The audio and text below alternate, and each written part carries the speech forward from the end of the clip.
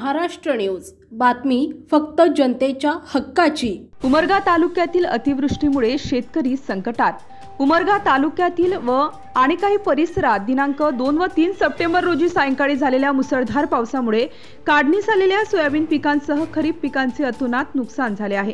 ठिकठिकाणी शेतात तळे साचले असून पिके पाण्यात आहेत, तर काढून ठेवलेले सोयाबीनचे काठ भाजल्याने शेतकऱ्यांना मोठा फटका बसला आहे। शासनाने नुकसानीचे पंचनामे करून शेतकऱ्यांना आर्थिक मदत करावी अशी मागणी शेतकऱ्यांकडून होत आहे। उमरगा, गुंजोटी, कदेर, एककुंडी व काही परिसरात बुधवारी सायंकाळी मेघगर्जनेसह मुसळधार पावसाने हजेरी लावली। दिवसभर चांगले ऊन पडले होते, मात्र सायंकाळी 6च्या नंतर विजेच्या कडकडाटासह मुसळधार पावसाने झोडपून काढले।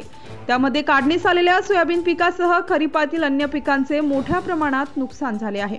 त्यामुळे शासनाने तात्काळ पंचनामे करून नुकसानग्रस्त शेतकऱ्यांना आर्थिक मदत देण्यात यावी अशी मागणी शेतकरी बांधवांतून होत आहे। GTV महाराष्ट्र न्यूज, उमरगा तालुका प्रतिनिधी विशाल देशमुख।